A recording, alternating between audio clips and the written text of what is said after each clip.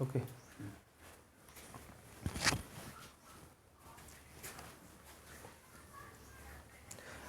My dear students, I am mister K L. Verma. तो you are welcome to my channel mister K L. Verma. आज मैं आपको 12th class poem number 5 a lament composed by P B. Shelley को समझाने जा रहे हैं। उसकी इंग्लिश टू इंग्लिश एक्सप्लेनेशन समझाने के लिए जा रहे हैं। तो आइए बने रहेंगे, आपको वीडियो में समझेंगे बड़ी इजीली से। मैं आपको इसकी एक्सप्लेनेशन करके दिखाऊंगा। तो आइए देखते हैं। ध्यान रखेंगे क्वेश्चन नंबर 5 जो आपका आएगा बोर्ड 12th क्लास कक्षा 12, जो भी आपका क्वेश्चन नंबर 5 आएगा उसमें 2 स्टेंजा दिए जाएंगे। 2 स्टेंजा में से कोई भी आपको एक स्टेंजा चूज करना है, उसकी ही विद रेफरेंस कॉन्टेक्ट के आपको एक्सप्लेनेशन करनी है। तो जो भी आपको अच्छा बढ़िया तरीके से समझ में आ रहा है उसी की आपको व्याख्या करनी है। तो आइए देखते हैं किस तरीके से हम व्याख्या कर पाएंगे, किस तरीके रेफरेंस लिखेंगे। मैंने क्वेश्चन नंबर 5 हमें किस तरीके से सेटअप करना है, अगर आप इसमें 10 मिनट 15 मिनट देंगे तो आपका क्वेश्चन नंबर 5 क्लियर हो गया, जो कि 10 मार्क्स का होगा। तो आइए देखते हैं। Poem number 5 a लामेंट bye P B. शैली। ए लामेंट माने एक विलाप है। कवि पी.बी. शैली जो है ना, लामेंट कर रहा है, मॉर्न कर रहा है, रो रहा है, अपने सैडफुल थॉट्स एक्सप्रेस कर रहा है, अपने दुखद विचारों को यहाँ पे प्रदर्शित कर रहा है इस कविता के माध्यम से। तो आइए देखते हैं। Over life for time on whose last steps I climb, trembling at that where I had stood before. When will return the glory of your prime? Oh, no more, oh, never more. कवि PB. शैली कह रहे हैं इस कविता के माध्यम से, ओ world, ए संसार, ओ लाइफ, ए जिंदगी, ओ टाइम, ए वक्त, on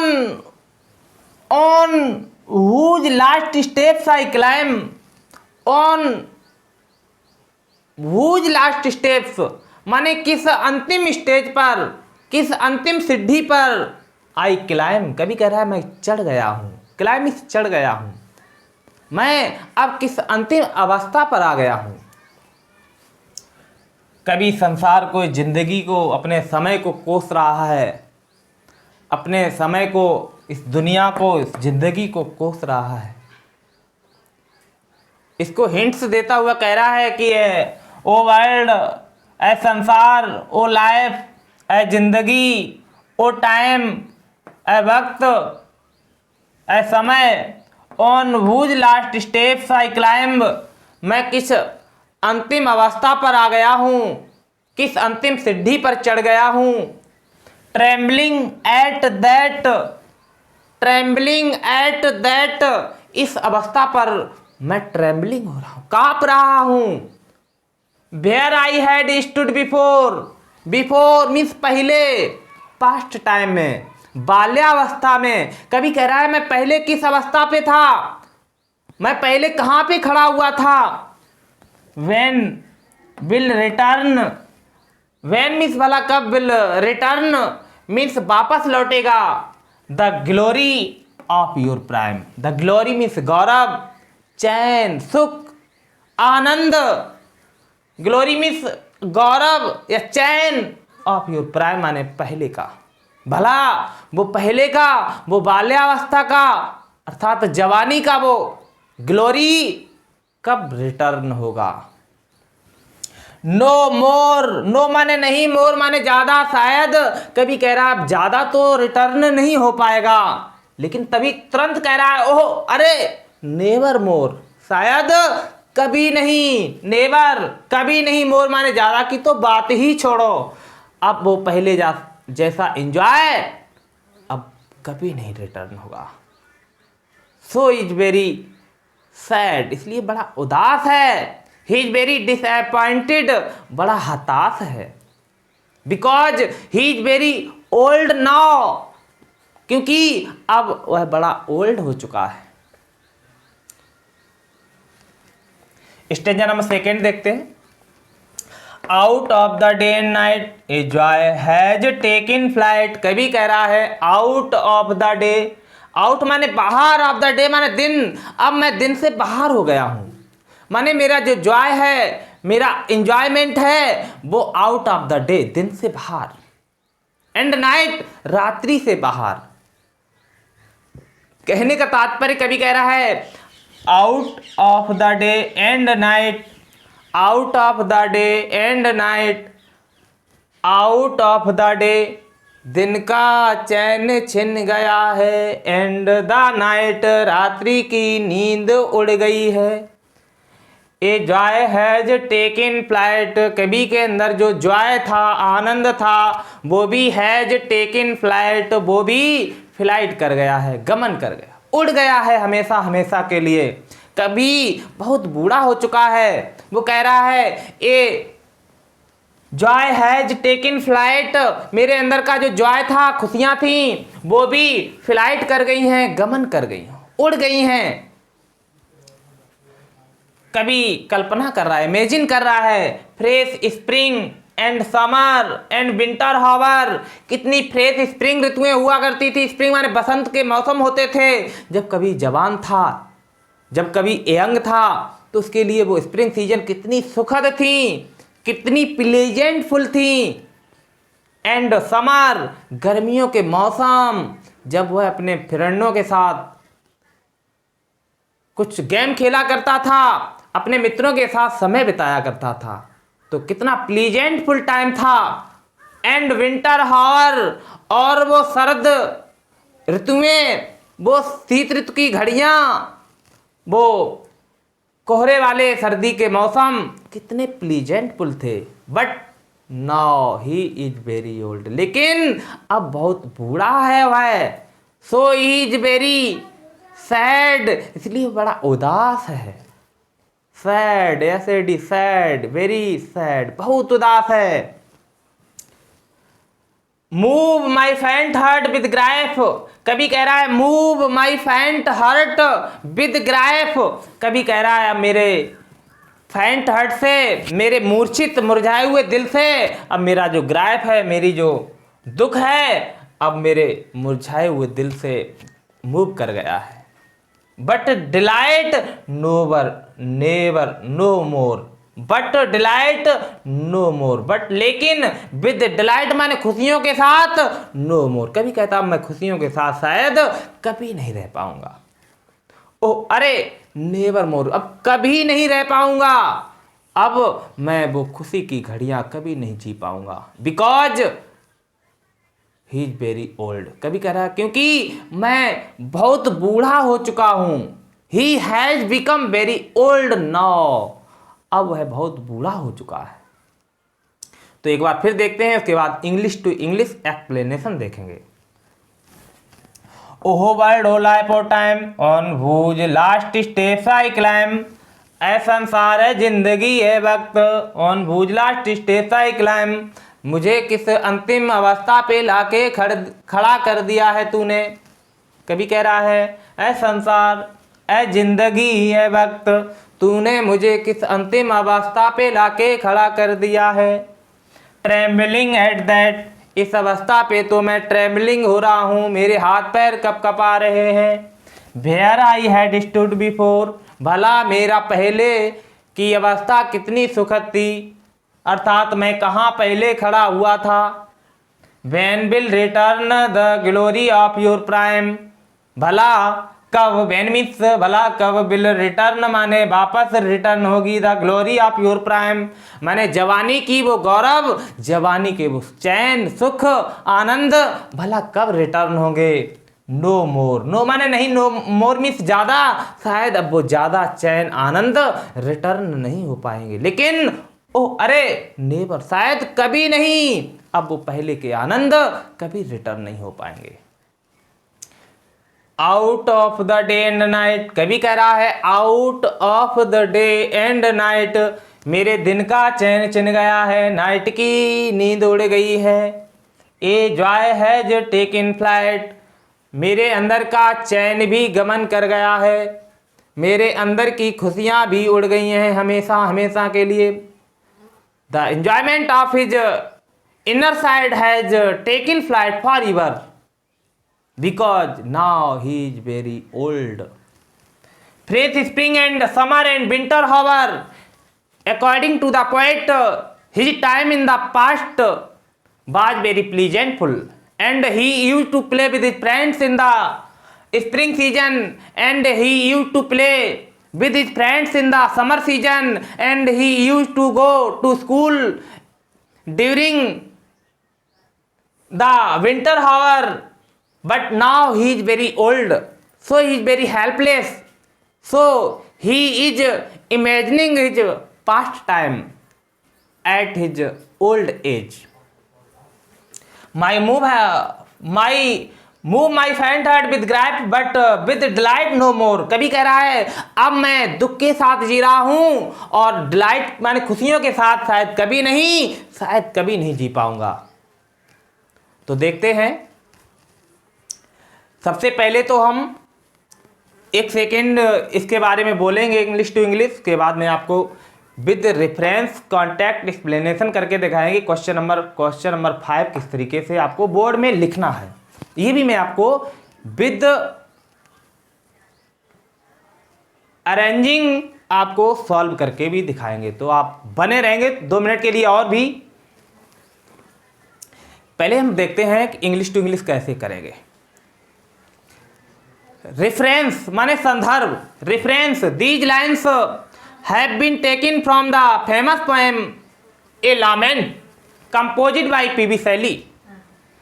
he was the greatest poet of English literature. Context माने प्रसंग, in this stanza the poet describes about his old age and he is thinking about his pastime. Explanation.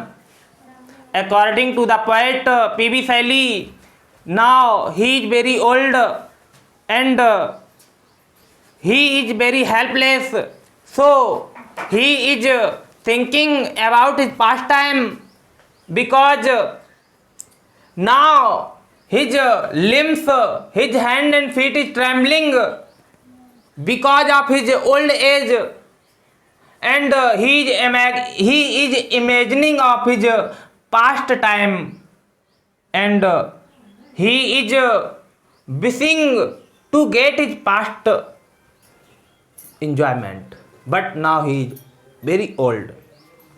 And in the next stanza the poet says that he is very old and the enjoyment of the day has gone forever, and the enjoyful time of the night has spent forever, so he is very helpless, and the joy has taken flight forever, and he cannot achieve the enjoyment of his pastime, and he is imagining and he is wishing that he used to play with his friends in the spring season, and he used to play with his friends in the summer season, and he used to spend his time in the winter hour, but these all things is very useless to him because he is very old now. तो आइए देखते हैं किस तरीके से हम इसकी solve करेंगे। क्वेश्चन नंबर 5 अपॉन ए। अब 2 स्टेंजा दिए, जरूरी नहीं है कि लेसन के दिए जाएं। जैसे आपको स्टेंजा नंबर ए करना है तो ए डाल देंगे, बी करना है तो बी डाल रहे हैं। तो हम जैसे हमको पूरे दोनों स्टेंजा की हम एक्सप्लेनेशन एक ही बार में कर रहे हैं। क्वेश्चन नंबर 5 अपॉन ए। पहले तो हम डालेंगे हिंट्स हेडिंग। हिंट्स माने संकेत, कितने की आपको व्याख्या करनी है, तो हमको देखो पूरे करनी है। अगर इतने करनी तो आगे वाले दो शब्द लिखेंगे ओ वर्ल्ड, ओ वर्ल्ड, ए संसार, dot dot dot dot dot dot. अब इतने की करनी है तो नेवर मोर डाल लो, इतने की करनी है तब भी नेवर मोर डाल लो, है ना। तो नेवर मोर, नेवर मोर।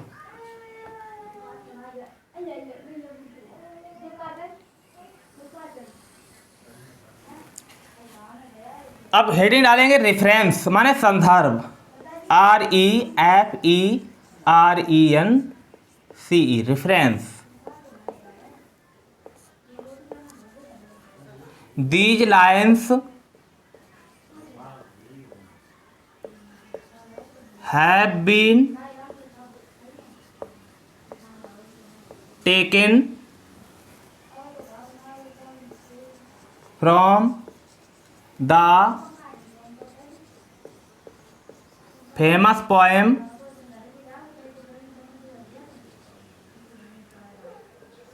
यहाँ पे कविता का नाम लिखें। जिस भी स्टेंजा की आप व्याख्या करें उसी स्टेंजा की किस स्टेंजा, वो स्टेंजा किस पोएम से लिया है उसी पोएम का नाम डाल। तो अभी हम एलामेंट नामक पोएम, फेमस पोएम, पोएम हमारी कौन सी है, एलामेंट। तो यहाँ पे हम पोएम का नाम डाल देंगे एलामेंट, एलामेंट। कंपोज्ड माने रचित, composed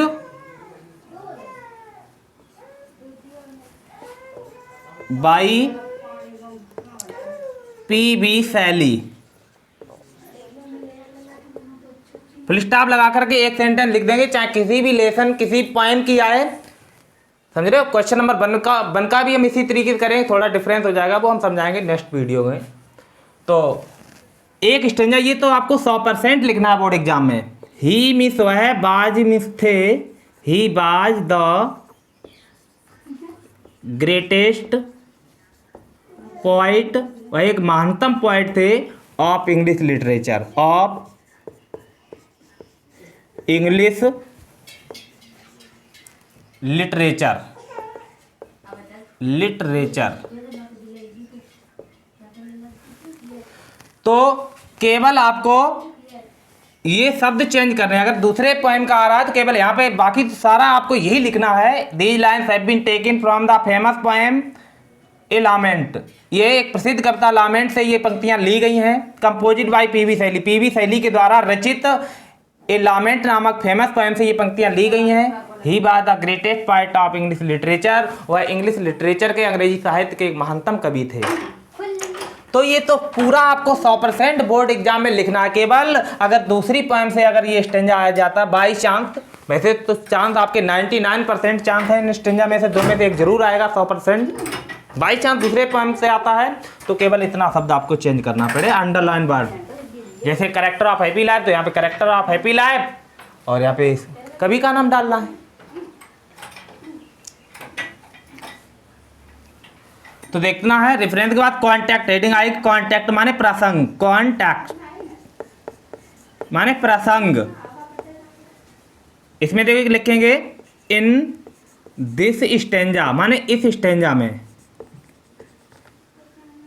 in this stanza the poet माने कवि, डिस्क्राइब्स माने वर्णन करता है, the poet describes about एलामेंट।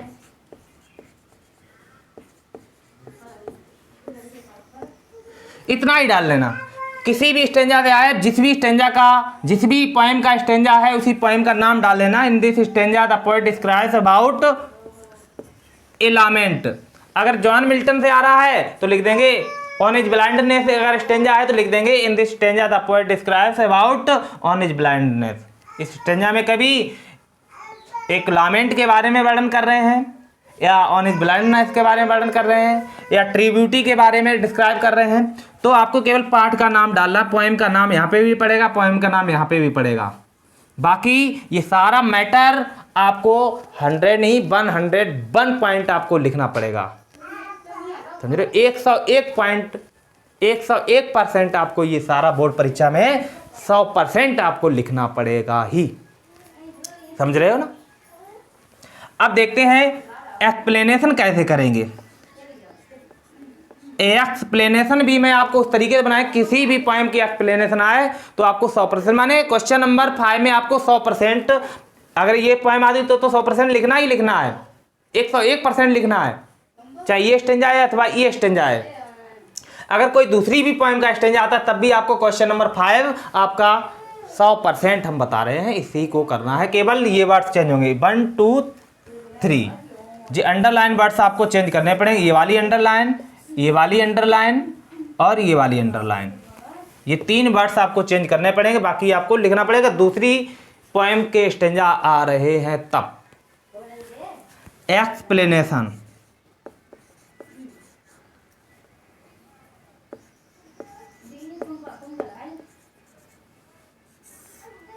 Explanation माने व्याख्या।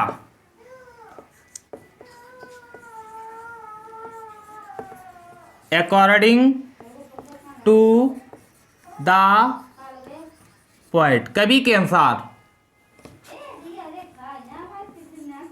ही इज वेरी ओल्ड नाउ, कवि के अनुसार अब बहुत बूढ़ा है। अकॉर्डिंग टू द पोएट, कवि के अनुसार वह अब बहुत ओल्ड है। And he is very helpless, माने असहाय, सहायता विहीन, हेल्पलेस नाउ, और वह बहुत हेल्पलेस है। And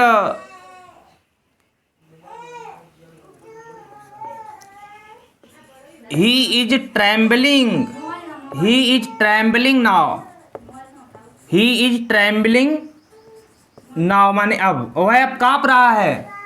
and he is thinking about his past, but लेकिन he is thinking about means के बारे में, he is thinking about his past time, his past time, वह अपने पास्ट टाइम के बारे में थिंकिंग कर रहा है। And he is thinking,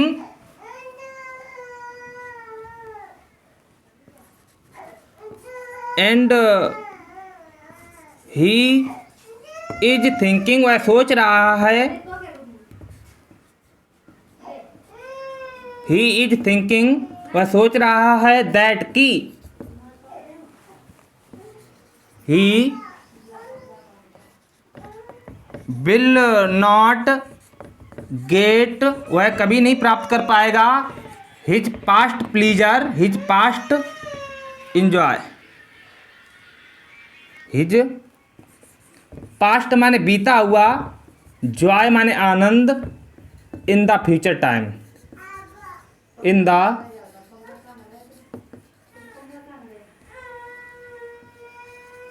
future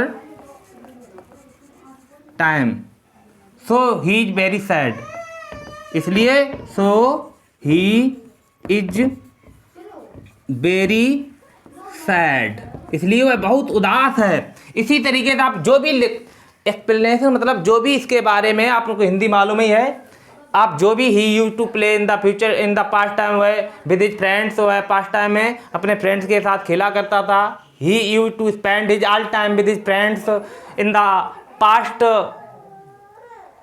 during his childhood, वह अपने बचपना में अपने फ्रेंड के साथ टाइम स्पेंड किया करता था। इस तरीके से आप जो भी चाहें वो लिख सकेंगे, कुछ भी लिख देंगे, एक्सप्लेनेशन हो जाएगा। मेन चीज़ आपको जो है ना, एग्जामिनर केवल इस पर ध्यान देगा, इस पर 1 2 यहाँ तक आपका सही हो, समझ रहे हो, यहाँ तक आपका सही हो, इसमें कोई मिस्टेक नहीं होगी तो आपके मार्क्स कंप्लीटली हैं। अगर इसमें कोई मिस्टेक होगी, इसमें स्पेलिंग भी आपकी कोई मिस ना हो, समझ रहे हैं। Reference, these lines have been taken from the famous poem a lament composite by P B. Shelley. ये पंक्तियां जो है ना पी.बी. शैली के द्वारा रचित ए लैमेंट पोएम से ली गई हैं।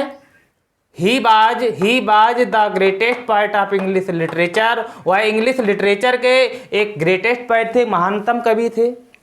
इन this stanza the poet describes about a lament, इन स्टेंजा में कवि जो है ना एक लामेंट के बारे में डिस्क्राइब कर रहा है, वर्णन कर रहा है। अकॉर्डिंग टू द पोएट, व्याख्या है explanation, according to the poet, कवि के अनुसार।